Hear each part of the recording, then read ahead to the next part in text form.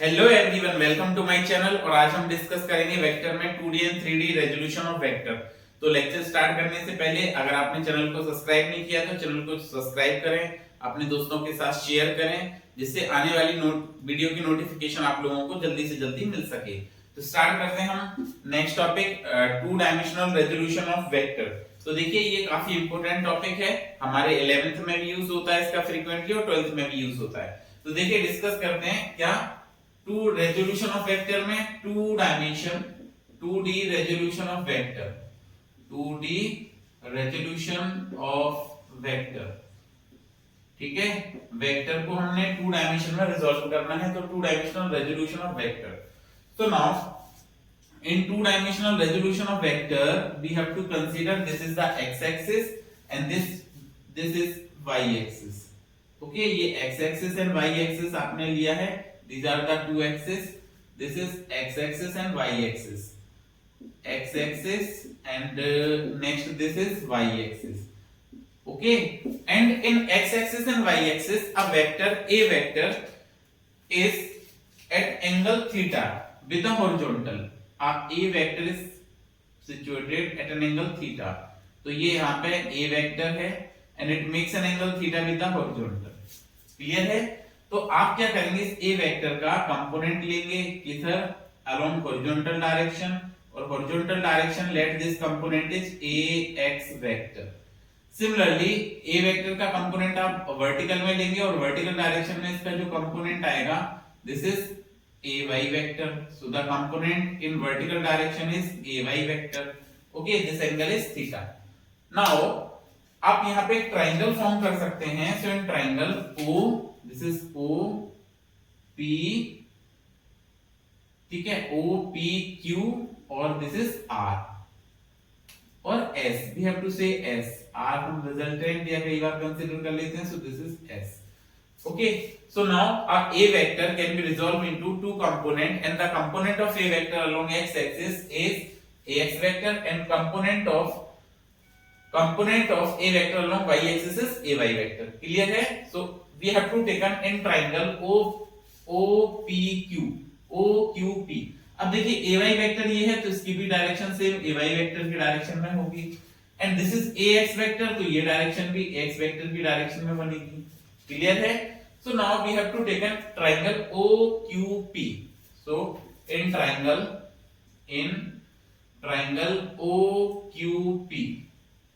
OQP और by triangle law of vector addition, by triangle law of vector addition, vector addition का हम यहाँ पे ट्रायंगल लॉ का यूज करते हैं। So by triangle law of vector addition. Clear है? Now in triangle of vector addition we have to write OQ vector plus QP vector equal to OP vector. So it is OP vector is equal to OP vector is equal to OQ vector plus QP vector. Okay, these are the vectors. Now OP vector is what? OP vector is A vector equal to OQ vector is what? OQ vector is AX vector plus QP vector. QP vector is parallel to AY vector, so we write it is AY vector. क्या होगा ये? AY vector हो जाएगा, so it is AY vector. And the component and the x axis, unit vector along x axis is I cap, so or we can write it is AX I cap plus AY J cap. This is the A vector. A vector का ax and ay are the two component along x axis and y axis. Clear है? Okay. Now हमको क्या करना है, इस component में ax की value calculate करनी है और ay की वैल्यू कैलकुलेट करनी है। So we have to calculate the value of ax and ay in the given diagram in two dimensional resolution of vectors. तो वेक्टर के टू डायमेंशनल रेजोल्यूशन में आपको क्या करना है, ax और ay की वैल्यू को कैलकुलेट करना है। So for to calculate the value of x and ay, we have to take an in triangle, in right angle triangle। एक आपने right angle triangle लिया, कौन सा? OQP। ये right angle triangle का यूज किया, और right angle triangle में आपने पढ़ा है कि sin थीटा, ट्रिग्नोमेट्रिक रेशियोज का यूज करना है। sin theta equal to perpendicular upon hypotenuse. Okay, so what is perpendicular? इस ट्रायंगल को देखेंगे, so perpendicular is QP and hypotenuse is OP। So this is QP, magnitude ही put करते हैं हम यहाँ पे ट्रिग्नोमेट्रिक रेशियोज के लिए, so QP vector divided by mod OP vector. अब आप एक बात बताइए, QP की वैल्यू क्या है? मॉड QP वेक्टर को आप AY लिख सकते हैं और मॉड OP वेक्टर को A लिख सकते हैं। Then we have to write here sin theta is equal to AY upon A. This is AY upon A. So what is the value of AY? So value of AY equal to A sin theta. This is the equation number 2 because इसको हमने 1 बोल दिया, ये equation number 2 हो गई। So y component आ गया आपका A vector का, जो y component है it is called A sin theta। अच्छा, नेक्स्ट कंपोनेंट अगर आपको कैलकुलेट करना है सेम इसी ट्रायंगल से, so we have to write second one is cos theta। okay, next component is what? Cos theta, and cos theta is equal to what? Cos theta equal to base divided by hypotenuse। cos theta is base upon hypotenuse। तो अब आप इस triangle को देखें, ये base क्या है? तो base is mod OQ vector divided by hypotenuse is mod OP vector. चलिए इनकी वैल्यू लिखते हैं मैग्नीट्यूड के साथ में।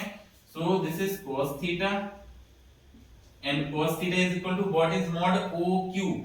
Mod OQ is AX and mod OP is A।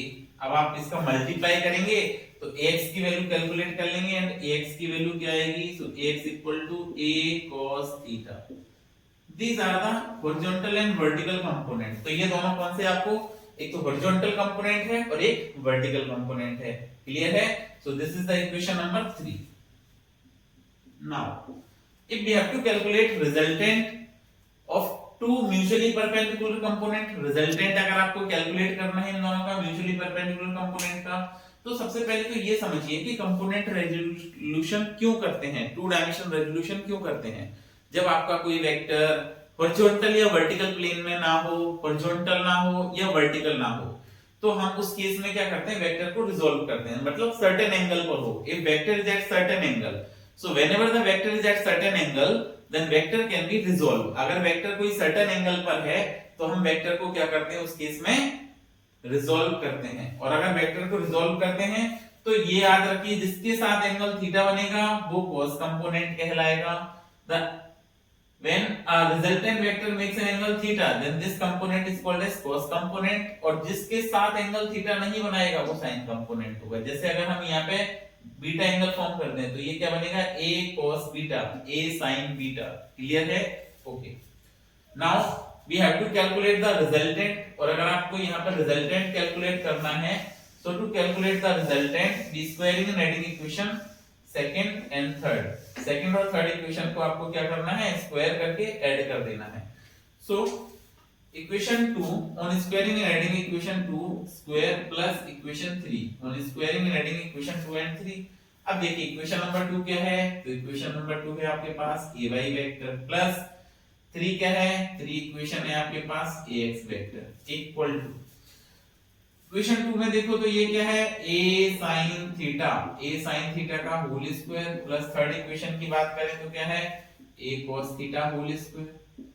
ये आपने दोनों इक्वेशन को स्क्वायर करके ऐड किया और स्क्वायर करके ऐड किया तो आपको यहाँ पे ax² अरेंज कर लेते हैं plus ay² equal to this is a² sin² theta plus a² cos² theta. ये वैल्यू आ गई। अब आप बताइए इसमें से क्या कॉमन आ रहा है? तो आप कहेंगे सर इसमें से a² कॉमन है, और अगर इसमें से a² कॉमन है तो result is ax² plus ay² equal to a² and this is sin² theta plus cos² theta। and what is the value of sin² theta plus cos² theta?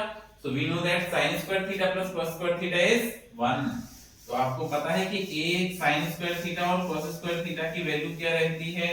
तो इनकी value 1 होगी, cos² theta और sin² theta की।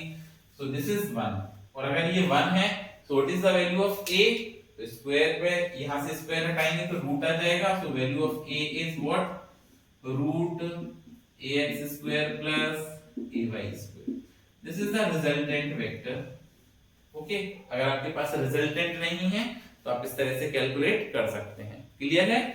Now finally we have to calculate the direction of resultant, and if we calculate the direction of resultant vector, then equation number 2 divided by 3, direction of resultant के लिए क्या करेंगे, equation 2 divided by 3, and what is equation 2? तो equation 2 is a sin theta divided by a cos theta, a sin theta upon a cos theta, and what is a sin theta? a sin theta equal to ay upon a cos theta equal to ax। अब आप क्या करेंगे, a से a cancel हो जाएगा, sin theta upon cos थीटा की value लिखें तो this will be tan theta, sin theta upon cos theta क्या बनेगा, tan थीटा, और अगर ये tan थीटा है तो tan theta equal to what, ay upon ax। वापस से सेम फॉर्मूला आ गया, कौन सा वाला फॉर्मूला आ गया बताइए? आपने पढ़ा था कि न्यूमरेटर में जिसके साथ एंगल नहीं फॉर्म होगा वो कंपोनेंट, और डिनोमिनेटर में जिसके साथ एंगल बनेगा वो कंपोनेंट। आपको पढ़ाया था, कब पढ़ाया था? एनालिटिकल मेथड ऑफ वेक्टर में पढ़ाया था, कैलकुलेट किया था हमने ऐसा। तो थीटा की वैल्यू फाइनली क्या बनेगी? थीटा की वैल्यू आएगी tan inverse of ay upon ax। अब अगर आपको वेक्टर को शुरू से पढ़ना है, स्टार्टिंग से पढ़ना है, जिससे वेक्टर में आप अच्छा कर सकें, है ना, तो आपको क्या करना है, आई बटन में मैं लिंक दे रहा हूं, इसमें आपको क्लिक करना है और वेक्टर के प्लेलिस्ट में जाकर उसके सारे वीडियो को देखना है। ठीक है, so this is the resultant. तो रिजल्टेंट क्या क्या आया, a equal to root ax square plus ay square, and direction of resultant is theta equal to tan inverse ay upon ax। इस तरह से हम 2D रेजोल्यूशन करेंगे वेक्टर का। क्लियर है? कैसे फिजिक्स में इसका एप्लीकेशन आएगा, फिजिक्स में यूज कैसे आएगा, ये समझते हैं बाकी। तो देखिए, एप्लीकेशन के लिए हम इसके कुछ क्वेश्चंस लेते हैं, उस क्वेश्चन की हेल्प से हम समझने की कोशिश करेंगे वेक्टर का रेजोल्यूशन को। ओके, तो वेक्टर रेजोल्यूशन को हम समझते हैं with the help of some examples. तो देखिए, एग्जांपल नंबर 1, फर्स्ट एग्जांपल क्या है इसका, एक डायग्राम देता हूं और डायग्राम से हम इसके एग्जांपल को समझने की कोशिश करते हैं। तो देखिए, डायग्राम क्या है, example is we have to taken this is the horizontal component of vector and this is the vertical component and this is the resultant vector। so हम velocity की बात कर रहे हैं कि horizontal component of velocity is 8, this is vx, horizontal component of velocity is 8 meter per second and resultant velocity is 10 meter per second। Clear है? तो आपको पूरा ऐसे लैंग्वेज में लिखेंगे, the horizontal component of velocity is 8 metre per second and magnitude of resultant velocity is 10 metre per second. Then calculate vertical component and angle with the horizontal. Vertical component calculate करना है and you have to calculate the angle with the horizontal. अगर आपको इस तरह से calculate करना है तो इसके कंपोनेंट लीजिए, एक तो ये हो जाएगा और एक ये हो जाएगा। थीटा ये है, हॉरिजॉन्टल के साथ एंगल थीटा है, तो आपने पढ़ा है horizontal component is what, vx equal to v cos theta, ये क्या बनेगा, cos थीटा।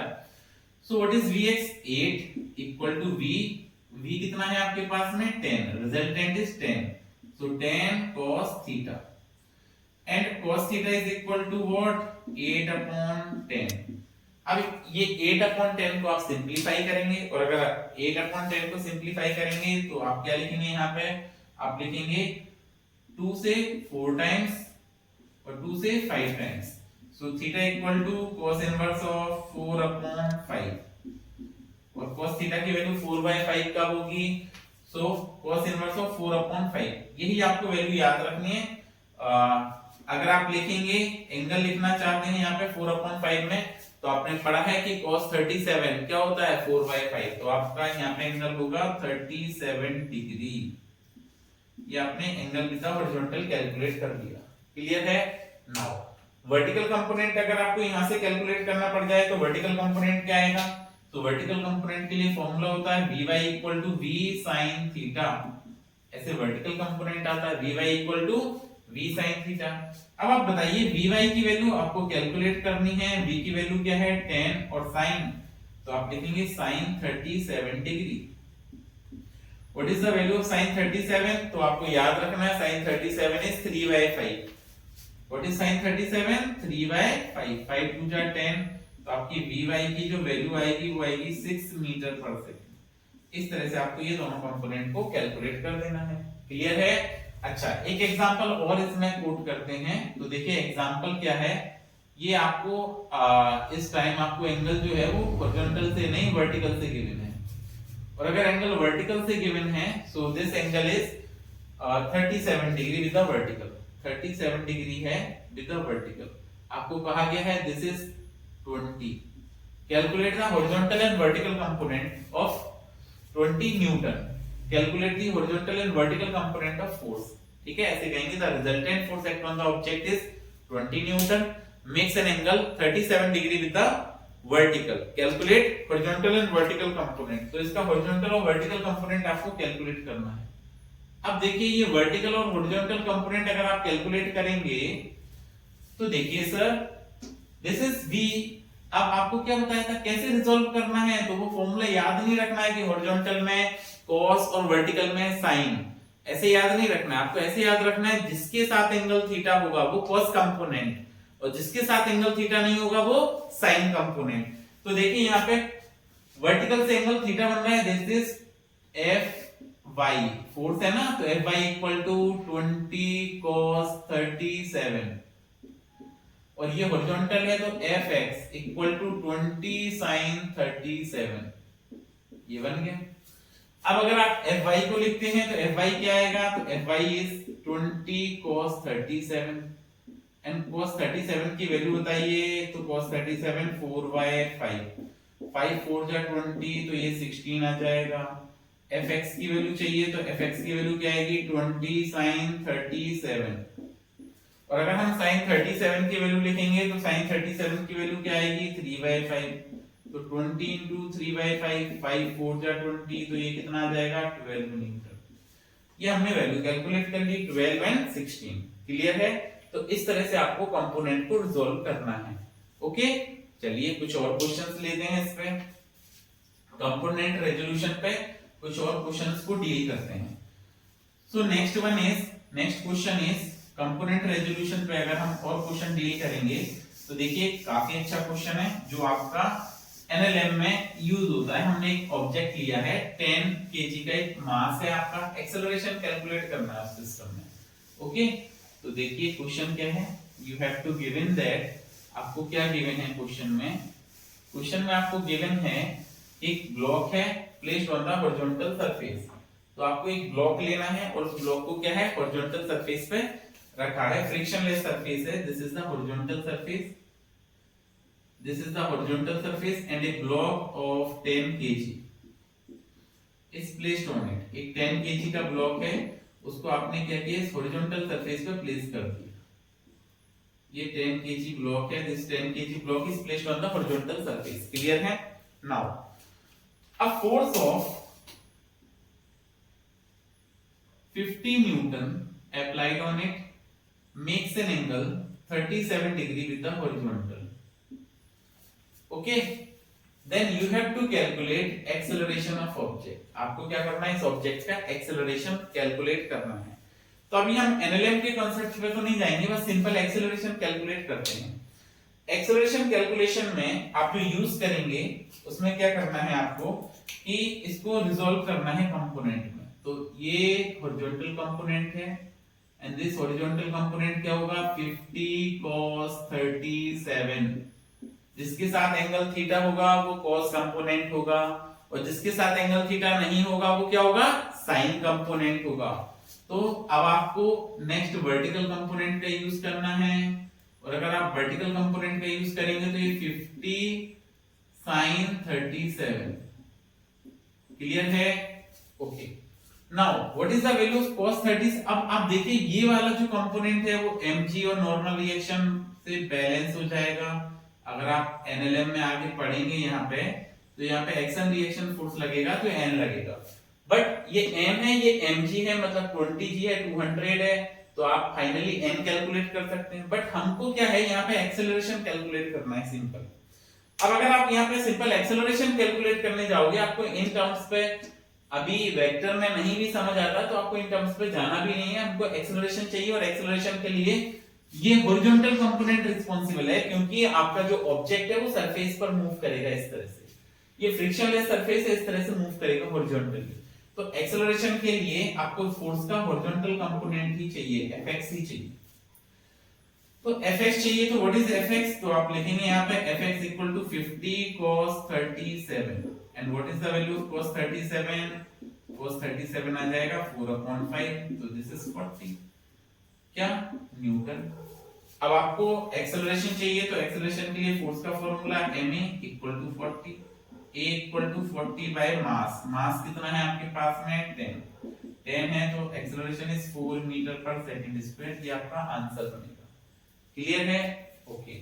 और रेजोल्यूशन सीखते हैं थोड़ा सा, एक बार एग्जांपल लेते हैं हम इसमें। तो देखिए एग्जांपल क्या है, these are the 3 strings, okay, tied with the support, और आपने यहाँ पे एक स्ट्रिंग ली है और इसको कनेक्ट कर रखा है इस तरह से, and this angle is what 30 degree.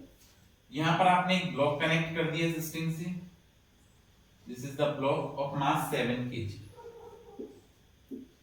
this is the block of mass 7 kg। You have to calculate tension in string T1 and T2। अब T1 T2 की वैल्यू कैलकुलेट करनी है, तो T1 T2 के लिए देखिए टेंशन इस तरह से एक्ट करता है, हमने डायग्राम भी दिया है आपको इस तरह से, this is T1 and this is T2, this angle is 90 degree. Okay, अब जब आप इसको सिंपलीफाई करेंगे तो हम ऐसा पढ़ते हैं वहां पे कि जो भी कनेक्शंस हैं, string should be free, it is removed from all connections, और कनेक्शन से रिमूव करेंगे अगर आप स्ट्रिंग को, तो देखिए इस तरह के कनेक्शंस जो हैं ये रिमूव हो जाएंगे। तो एक ये रिमूव हो जाएगा सिंपल, और एक ये कनेक्शन यहाँ पे जो था ये रिमूव हो जाएगा। तो ये कुछ इस तरह का डायग्राम आपका रह जाएगा। अब डायग्राम अगर इस तरह का है तो आपने क्या करना है कि ये एंगल आपके पास 30 डिग्री था, ये angle, this angle is 30 degree. This T1 को हमने आगे थोड़ा सा ऐसे बना दिया, this is T1 and this is T2। No problem, string same है तो टेंशन सेम ही आना चाहिए, T1 and T2। Okay, now अब आप देखिए, if this is 30 degree, this angle is 30 degree, so this is also 30। अब आप कहेंगे सर ऐसा क्यों? Because these are alternating interior angle, Z की तरह एंगल बन रहे हैं, और जेड की तरह एंगल बन रहे हैं तो अल्टरनेटिंग इंटीरियर एंगल आपस में क्या होते हैं? Same, and this is the T1। अब सेम होते हैं तो आप T1 के कंपोनेंट रिजॉल्व करो, जिसके साथ एंगल वो कौन सा कंपोनेंट, तो T1 cos 30, और जिसके साथ एंगल नहीं बन रहा है वो कौन सा कंपोनेंट, तो वो sin 30, तो T1 sin 30। क्लियर है क्या ये? ठीक है, ये आपने इसके कंपोनेंट लिखे, T1 एंड T2 के कंपोनेंट नोट कर लिए, T1 sin 30 and T2 sin 30।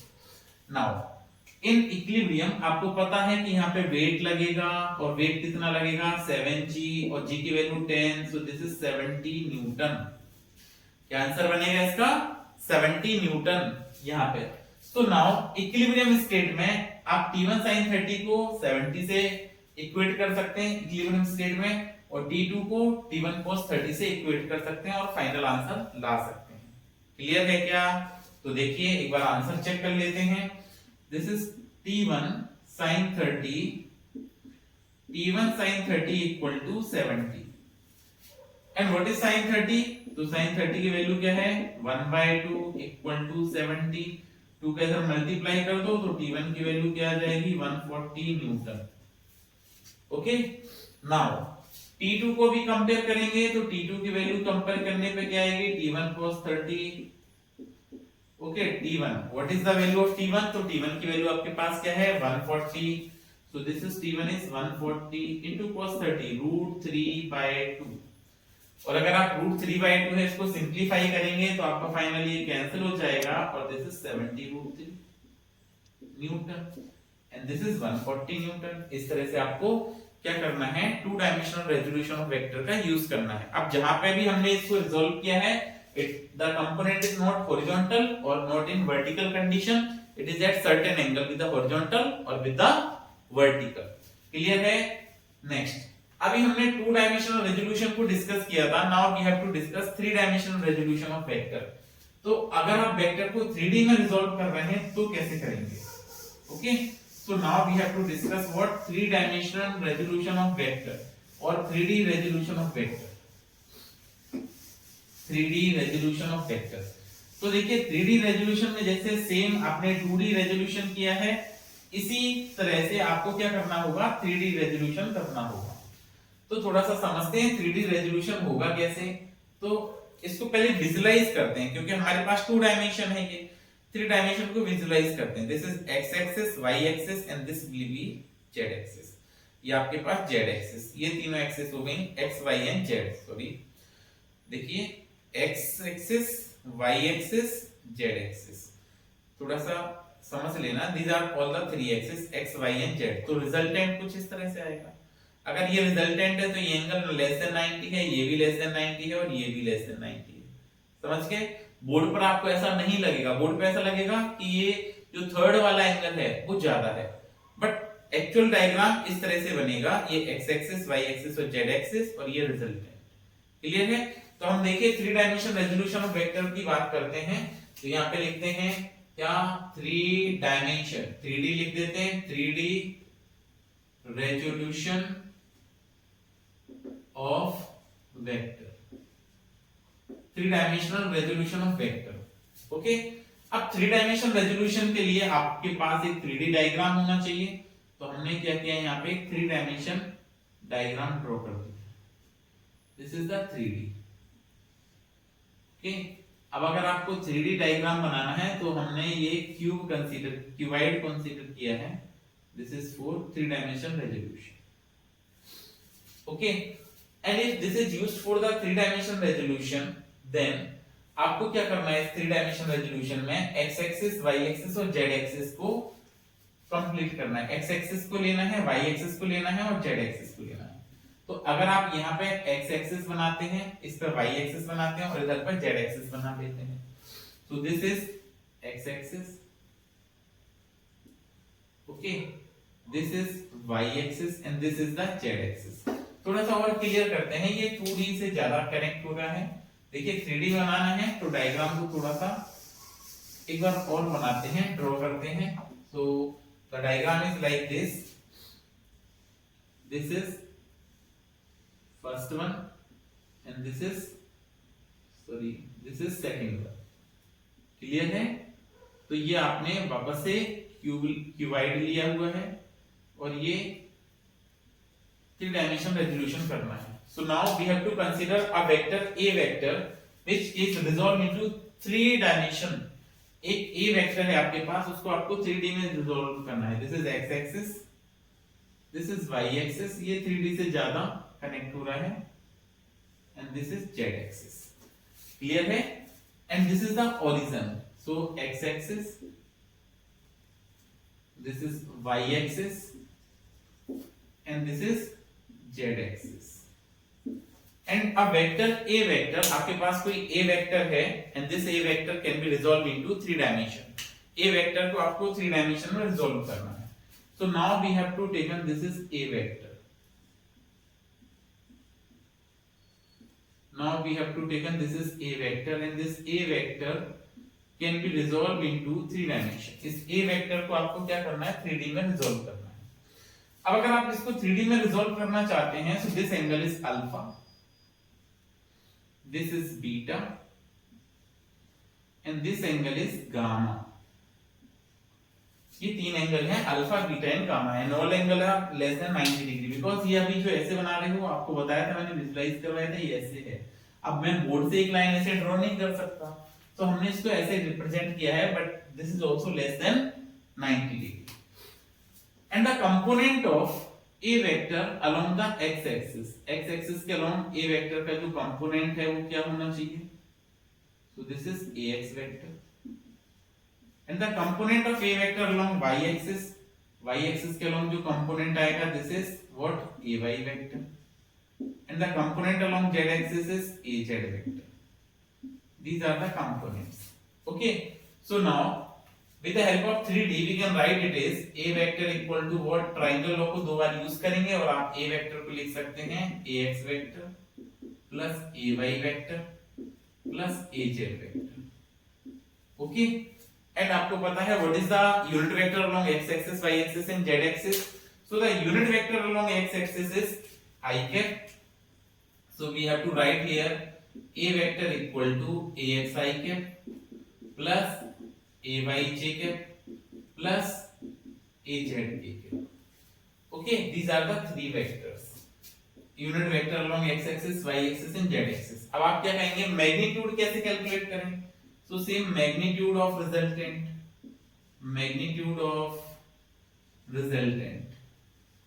Vector, magnitude of resultant vector.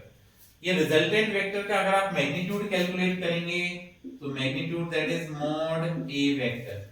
अब ए का मॉड कैलकुलेट करना आपने सीखा है. क्या करना है, आई कैप जे कैप के कैप के कोफिशिएंट का रूट के अंदर स्क्वायर कर देना है. और अगर आप रूट के अंदर स्क्वायर करोगे तो this is root ax square plus ay square plus az square. ये रूट के अंदर स्क्वायर कर दिया. And what is mod a vector? Simple a. और अगर आप इसको स्क्वायर करके लिखेंगे, एक तो ये रिजल्ट आपको याद रखना है. अगर आप इसको स्क्वायर करके लिखते हैं तो a square equal to what, ax square plus ay square plus az square. तो ये तीनों रिजल्ट्स आपको यूज आएंगे. क्लियर है? Okay. Now we have to calculate alpha, beta and gamma in this 3D resolution of vector. And now we have to calculate alpha, beta and gamma. Alpha calculate करने जाओगे तो base ax, hypotenuse a.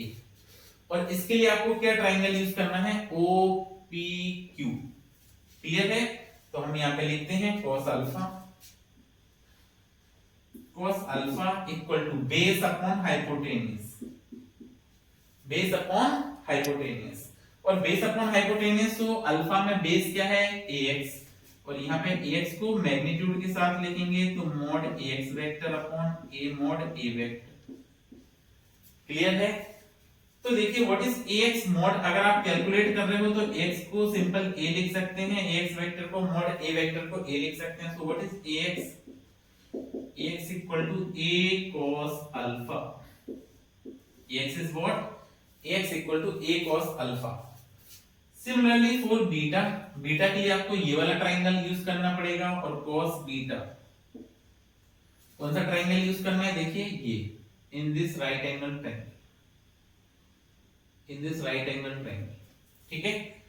So cos beta equal to again base, तो ये angle के सामने perpendicular है तो base क्या होना चाहिए आपका, ay मैग्नीट्यूड के साथ लिख रहे हैं डिवाइडेड बाय a. अगर आप इसका a का मल्टीप्लाई कर देंगे so ay is what, ay equal to a cos beta. This is a cos beta. Next आप ये जो इस तरह का ट्रायंगल है ये यूज करेंगे और यहां से आपने इस पे परपेंडिकुलर ड्रॉ करना है. यहां से ऐसे परपेंडिकुलर, 3D है तो थोड़ा समझना. तो आपका एक और आएगा cos गामा. ये cos गामा एंगल बोलेंगे. और cos गामा को आप क्या लिखेंगे, az by a. और मल्टीप्लाई कर देंगे तो az की वैल्यू आ जाएगी a cos गामा. az की वैल्यू क्या आ जाएगी, a cos gamma. And where cos alpha, cos beta and cos gamma is called as direction cosines. cos alpha, cos beta और cos gamma को आप क्या बोलते हैं यहाँ पे, these are called as direction cosine. cos alpha, cos beta and cos gamma is called as direction cosine. तो आपको तीन रिजल्ट्स यहां से मिले. पहला, first one is a square equal to ax square plus ay square plus az square. एक तो ये रिजल्ट आपका यूजफुल है. सेकंड रिजल्ट क्या है, ax equal to a cos alpha.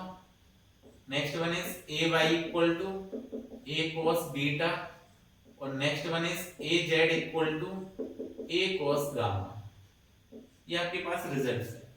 आप बोल सकते हैं this is the equation 1, this is the equation number 2, this is the equation number 3 and last one is equation 4. Okay, clear है? अब देखिए ये रिजल्ट्स भी आपका यूजफुल है. ठीक है, ऐसा नहीं है. तो अभी हम आगे इसको डील करते हैं. और जब आप आगे इसको डील करेंगे तो हमने क्या किया, on squaring and adding equation 2, 3 and 4. On squaring and adding equation 2, 3 and 4. Equation 2, equation 3 और इक्वेशन 4 को आप स्क्वायर करके ऐड कर रहे हैं. और जब हम इसको स्क्वायर करके ऐड करेंगे then we get the result. ठीक है?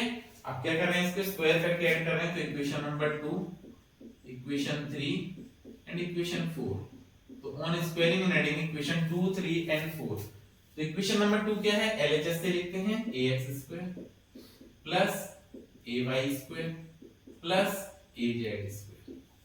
ठीक है, क्या लिखा हमने, ax² plus ay² plus az² is equal to ax क्या है, a cos alpha whole square, okay, plus ay क्या है, a cos beta whole square, a cos beta whole square, और az क्या है, a cos gamma whole square.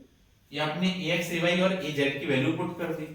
Now इसको solve करते हैं तो आपको क्या मिलेगा, ax² plus ay² plus az² equal to a² cos square alpha plus a² cos square beta, और next one is plus a² cos square gamma, a² cos square gamma.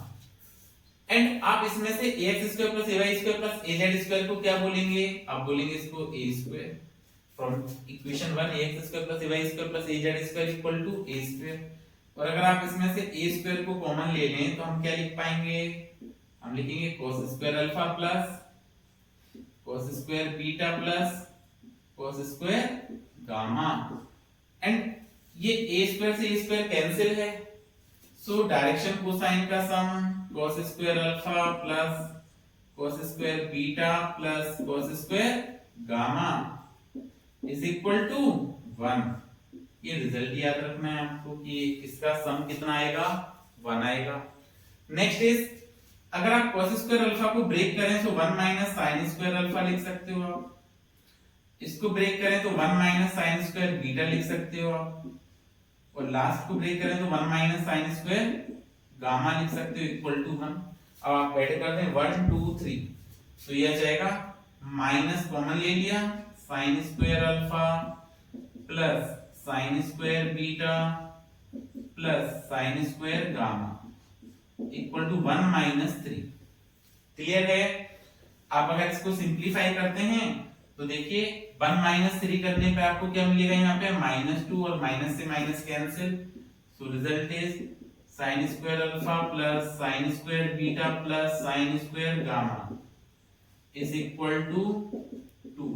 दोनों ही result काफी इंपॉर्टेंट हैं जो एग्जाम्स में कई बार पूछे गए हैं, तो आपको अच्छे से ये दोनों रिजल्ट्स क्या करने हैं, याद रखने हैं। मूव करते हैं क्वेश्चंस पे। तो क्वेश्चन क्या है, question number 1 is, example is, if a vector equal to, question is if a vector equal to 3i cap plus 4j cap plus 12k cap, okay, then find its direction cosine, then find its direction cosine, find its direction, ऐसे लिख देते हैं direction cosine, okay, ये पूछा गया आपसे question. अब देखिए आपको गिवन क्या है, a vector equal to 3i cap plus 4j cap plus 12k cap. इसको कंपेयर करेंगे जनरल इक्वेशन से। General equation a vector equal to axi cap plus ayj cap plus azk cap, ये आपके पास जनरल इक्वेशन थी। And what is ax, तो आपको पता है व्हाट इज ax, कंपेयर करने पर ax 3, what is ay is 4 and what is az is 12। अब आपको मॉड a वेक्टर भी चाहिए इसके लिए, तो मॉड a वेक्टर का आपने फॉर्मूला पढ़ा था, मॉड a वेक्टर को सिंपल आप a लिख सकते हैं, तो a equal to under root ax square plus ay square plus az square. Clear है? वैल्यू डालिए x ay az की, तो व्हाट इज ax, तो root ax is 3 square plus 4 square plus 12 square, okay, so what is 3 square, 3 square is 9 plus 16 plus 144। अब आप इन सबको add करेंगे, so we get it is root 169, and 169 का root क्या होगा आपके पास 13। तो डायरेक्शन कोसाइन आपको कैलकुलेट करना है, और डायरेक्शन कोसाइन क्या होता है, cos alpha cos beta and cos gamma is called as what, direction cosine. So we here we have to write cos alpha. cos alpha equal to ax upon a, and what is the value of ax? Ax is 3 by 13, so this is 3 by 13, और आप लिख सकते हैं alpha equal to cos inverse of 3 by 13, ये alpha आ गया। अगर आपको यहाँ पे बीटा कैलकुलेट करना है तो बीटा क्या आएगा? cos beta, and cos beta equal to ay upon a। ay put करेंगे तो ay क्या है आपके पास में? 4 है, सो इट इज 4 by 13, और 4 by 13 है तो बीटा की वैल्यू क्या आएगी? cos इनवर्स ऑफ 4 अपॉन 13, ये बीटा की वैल्यू आ गई। गामा की वैल्यू अगर आपको कैलकुलेट करनी है तो हम क्या लिखेंगे? cos gamma, and cos gamma equal to az upon a, and what is az? az आपके पास कितना है? 12 है, और अगर az 12 है तो आप क्या लिखेंगे इसको? 12 by 13, that is आप गामा की वैल्यू क्या लिख सकते हैं यहाँ पे? तो गामा की वैल्यू आप लिखेंगे cos inverse of 12 divided by 13, तो ये गामा की वैल्यू आ गई। ठीक है, इस तरह से आपको क्या करना है? इसका डायरेक्शन कोसाइन को कैलकुलेट करना है, सिंपल है बिल्कुल। ओके, चलिए मूव करते हैं नेक्स्ट क्वेश्चन पे। नेक्स्ट क्वेश्चन इज इफ, तो देखिए नेक्स्ट क्वेश्चन क्या होगा। देखिए नेक्स्ट क्वेश्चन भी इसी तरह का है, बस थोड़ा सा उसमें चेंज किया गया है। तो देखिए question is if a vector equal to, if question is if a vector equal to a vector equal to 2i cap plus 2j cap, 2i cap plus 2j cap plus 3k cap, and b vector equal to I cap plus 10j cap plus 2k cap, ये है a vector and b vector। then find direction, then find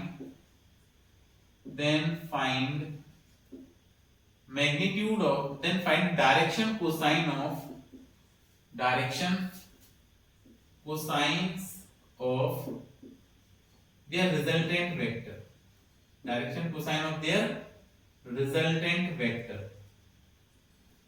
ये आपके पास question given है, we have to calculate the direction cosine of their resultant vector। अगर आपको इसके resultant vector का direction cosine calculate करना है, so we know that how can we calculate resultant? r vector equal to a vector plus b vector। so what is a vector? A vector is 2i cap plus 2j cap plus 3k cap, this is a vector। b vector क्या है? तो b vector अगर आप लिखेंगे तो i cap plus 10 j cap plus 2 k cap। चलिए add करते हैं, ऐड करेंगे तो रिजल्टेंट क्या बनेगा आपके पास में? 2 और सो i, तो 3i कैप प्लस 10 और 2 12j cap, okay 10i 3i cap plus 12j cap, 3 plus 2 plus 5k cap, ये रिजल्टेंट बना। अब अगर आप रिजल्टेंट को जनरल इक्वेशन से कंपेयर करते हैं तो ये आ जाएगा axi cap plus ayj cap plus az k cap.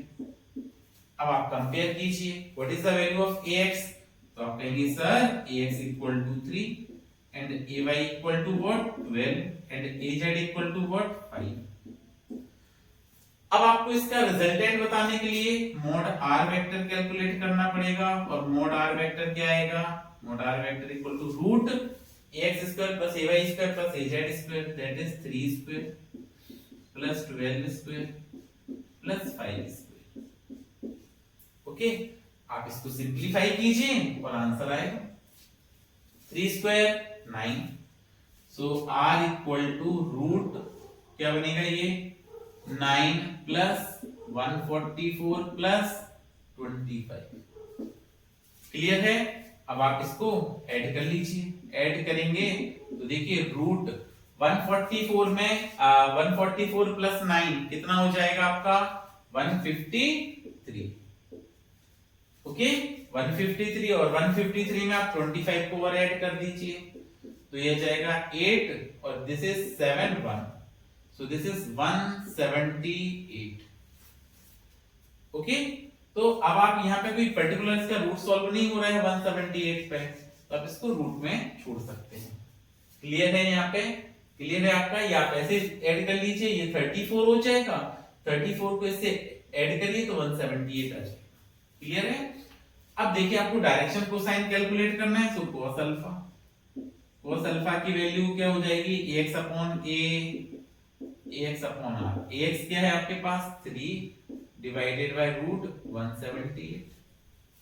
178 को आप चाहे तो सिंपलीफाई कर सकते हैं, इसको ब्रेक कर सकते हैं 2 इंटू, इस तरह से रूट सॉल्व करते हैं। एग्जैक्ट रूट नहीं आएगा, लेकिन cos बीटा की वैल्यू क्या लिखेंगे, तो cos बीटा की वैल्यू आ जाएगी आपकी ay upon r, and what is ay, 12 by root 178। Next one is cos gamma, और अगर आप cos गामा को सॉल्व करते हैं तो cos gamma is equal to az upon r। az क्या है आपके पास 5 बाय रूट 178। क्लियर है? ओके, ऐसे हमको ये क्वेश्चन को डील करना है।